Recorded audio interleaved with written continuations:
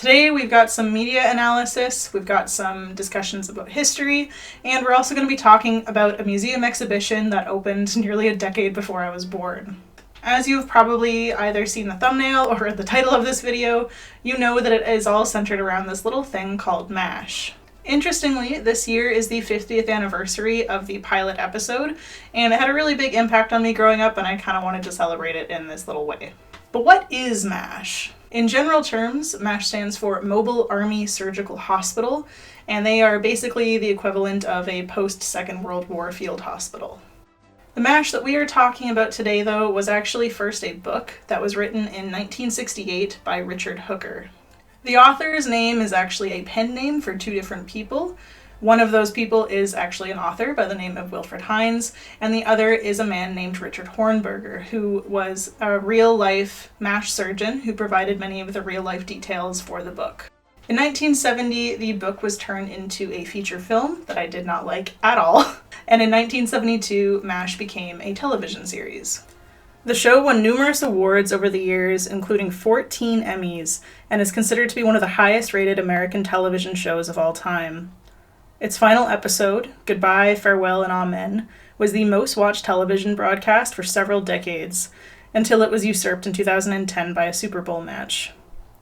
The M.A.S.H book, movie, and TV show all center around life at one of these field hospitals, and follows the exploits of many of the characters who live and work in the M.A.S.H 407 7th, along the battlefields of the Korean War that lasted between 1950 and 1953. After the show's finale in 1983, a museum exhibition was opened up at the Smithsonian titled M.A.S.H Binding Up the Wounds, and it showcased many of the sets and props from this lightning in a bottle television show. I love M.A.S.H, and even though I didn't start watching it until several decades after the finale aired, the humor, heartbreak, and just general heart of the show has stuck with me well into adulthood. However, despite my high praise of the show, I know that it isn't for everyone. I know that it has some kind of problematic elements, especially in the early seasons. But as an adult who is now a historian for a living, I find that this show is a really interesting snapshot into history, as we can discuss, the past of entertainment, and we can also kind of discuss two wars at once. But before we do that, I just really quickly want to discuss kind of why it was so impactful on the 1970s American public, and the message that it sent over the course of its 11-year run. Basically, I'm going to do what I always do and look at this topic from the lens of a history/museum person. So yeah, let's talk about M.A.S.H.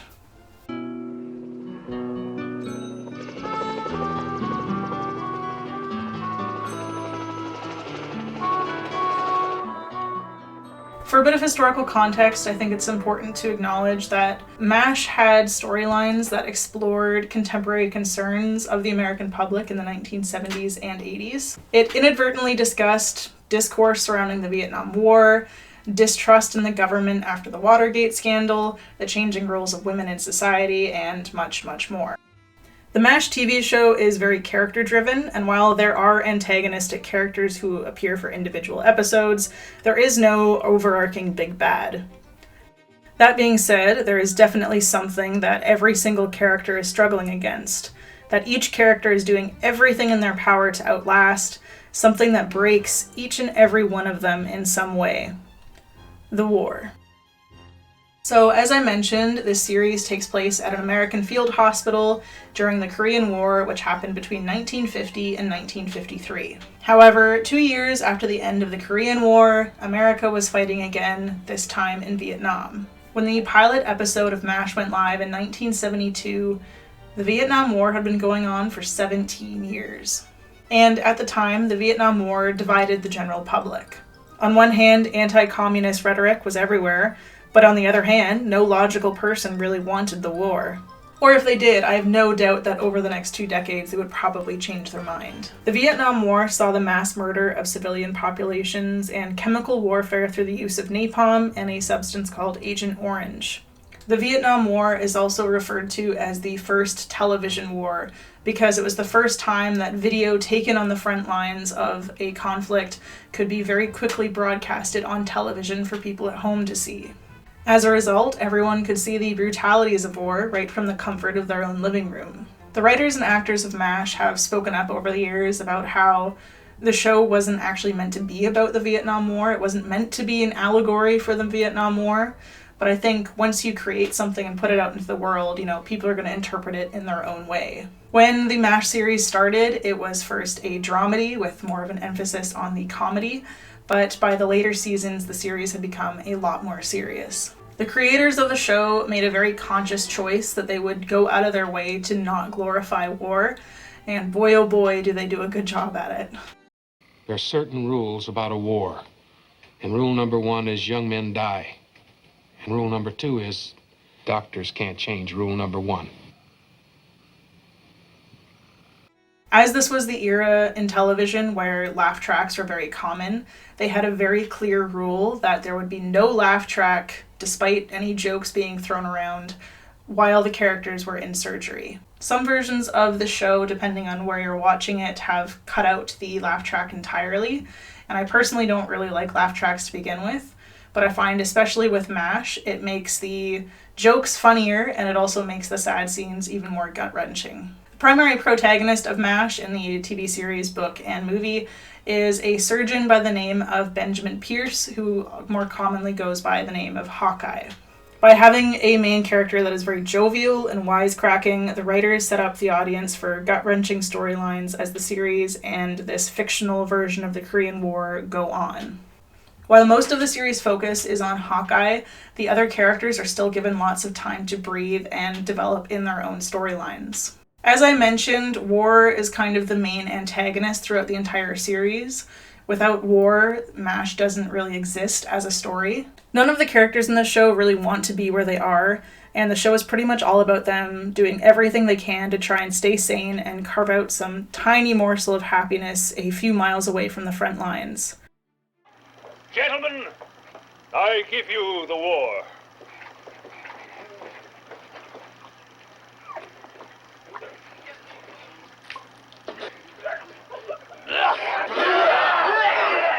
Even the bad guys on the other side of the Korean War are shown with a startling amount of compassion, and characters who refer to the other side of the war with slurs or any amount of bloodlust are knocked down several pegs by the end of the episode.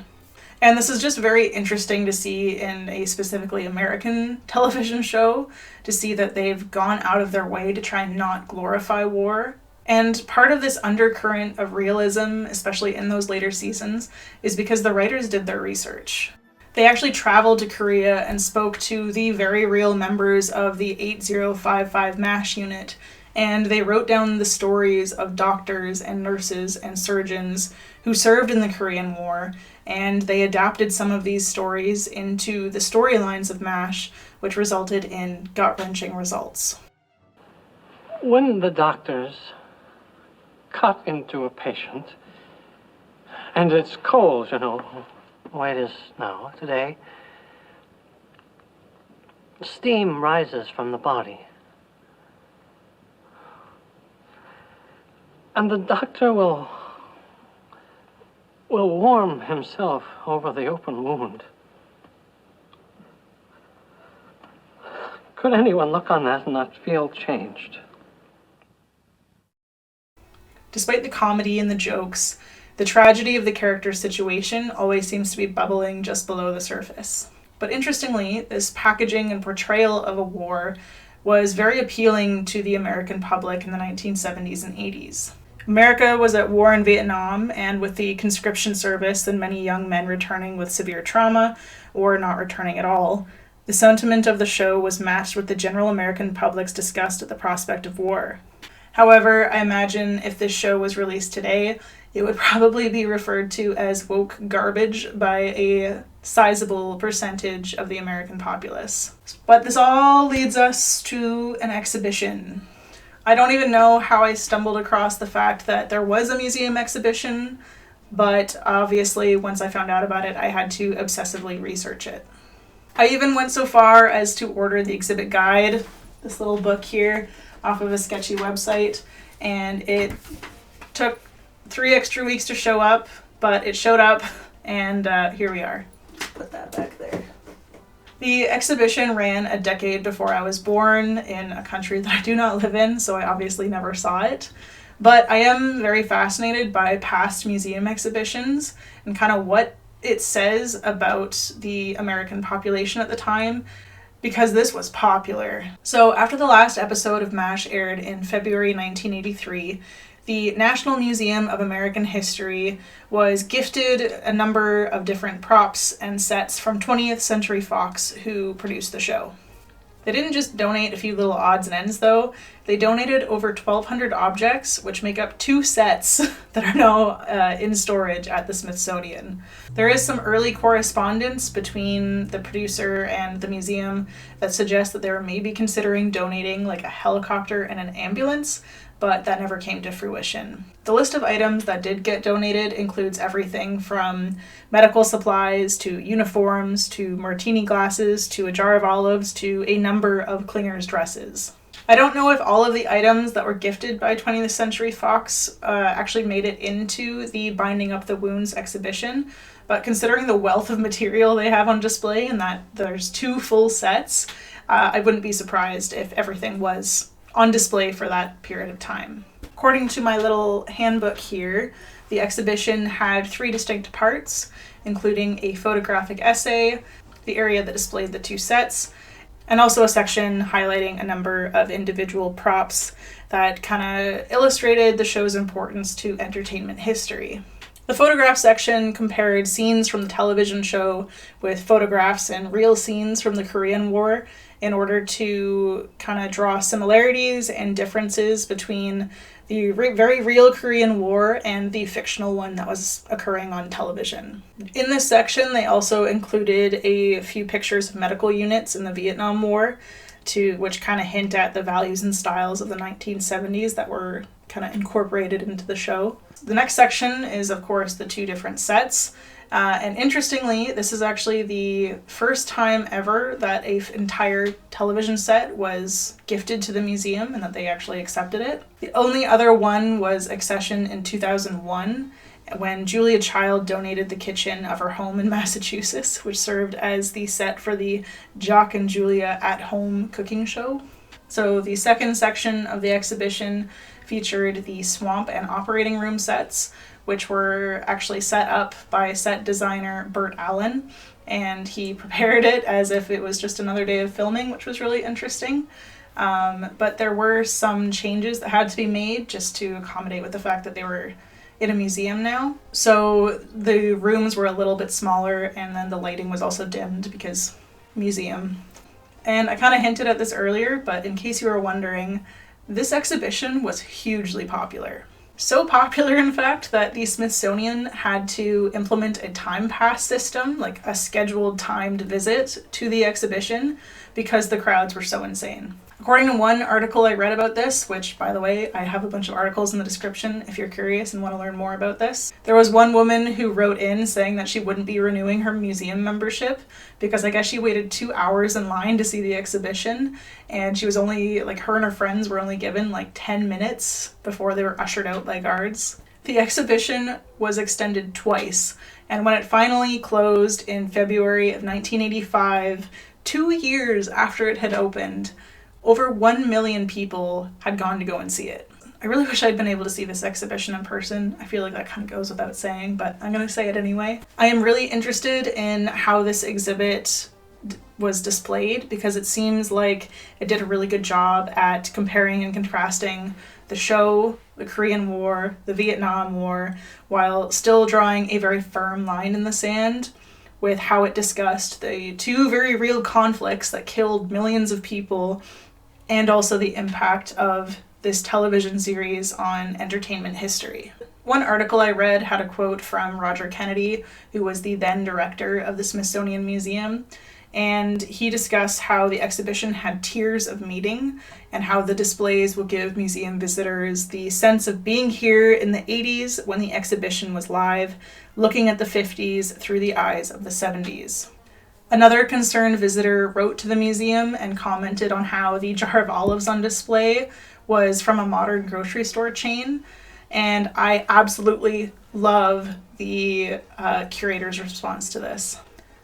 Your sharp eyes picked out those recent olives, and you are right. They are the ones that were used in the swamp during the filming of the show, so we must keep them the way they are.